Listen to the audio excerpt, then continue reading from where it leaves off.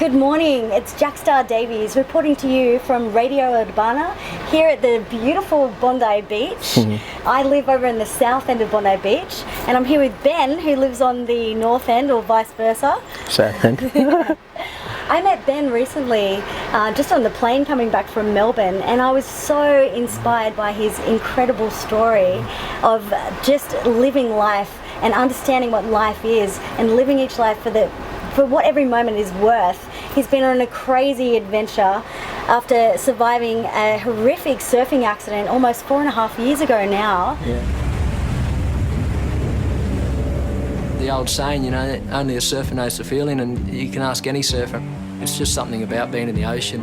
And there's so many times you could call cheating death, or you could say coming close to death, but that's kind of how I like to live my life. Not so long ago, life was pretty damn good for Ben Cryan. He was about to start a new job and had just bought his first home. The 33-year-old civil engineer was riding the crest of a wave.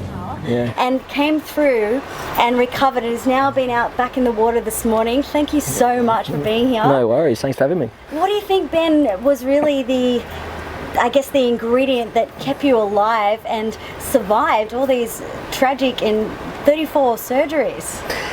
Yeah, I know, it's been a hell of a ride, like since falling off my surfboard, but I think the biggest thing for me is just life, you know, I just love it. And prior to my accident, I've done a lot of travel around the world.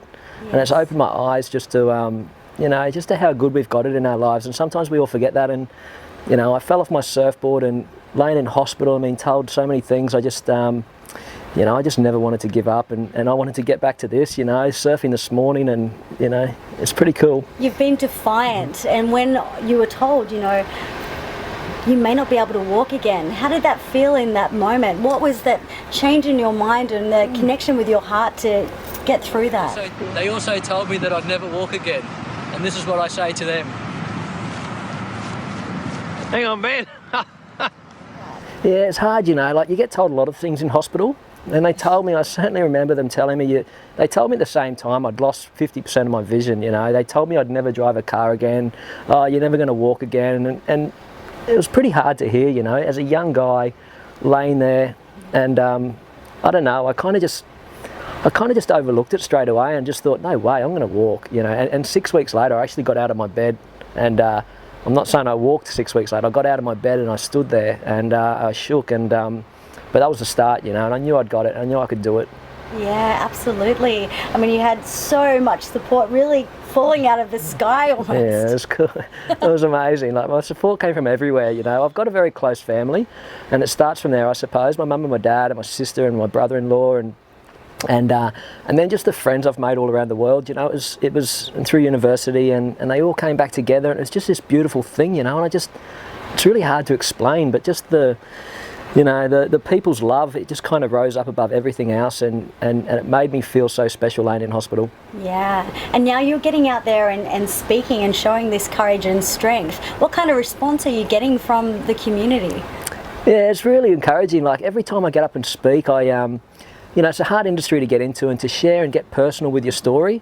But, you know, I get 45 minutes on stage and to present to different companies or corporates or whoever it is. Yeah. And they all come up to me afterwards and they just say how inspiring they were. And it's funny because everyone takes something different from the story. Yes. And it's really nice. It's just a really nice feeling to know, you know, I've done it pretty tough, but if I can help other people in a little bit, you know, it's certainly it's something I want to keep pushing on with. That's right. And they say only a surfer knows the feeling. Yeah, well, it's a good feeling, you know. If you want to talk in the surfing sense, you know, surfers can explain that, but I think to everyone else, you know, I think the feeling we all get it, you know, and I've been thinking a lot about this saying, yeah. And I think it's just about life in general, you know. It's about achievement, and it's about, when we're surfing, I get nervous surfing, and then that perfect wave comes along, and you ride it, and you just feel like you've achieved something. That's right. And you know, it's a beautiful feeling.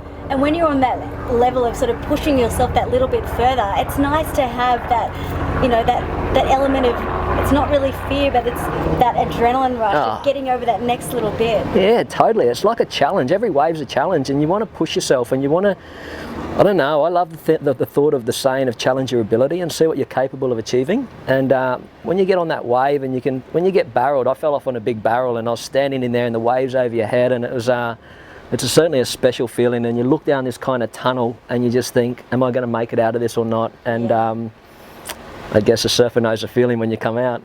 Well, you are magic in the flesh.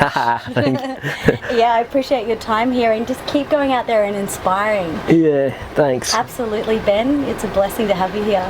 Thank you. Yeah, no, it's cool. I love it. It's certainly nice to be here, that's for sure. Oh, that's for sure. Well, thank you. Will we be catching up for a beer in Bondi? I hope so.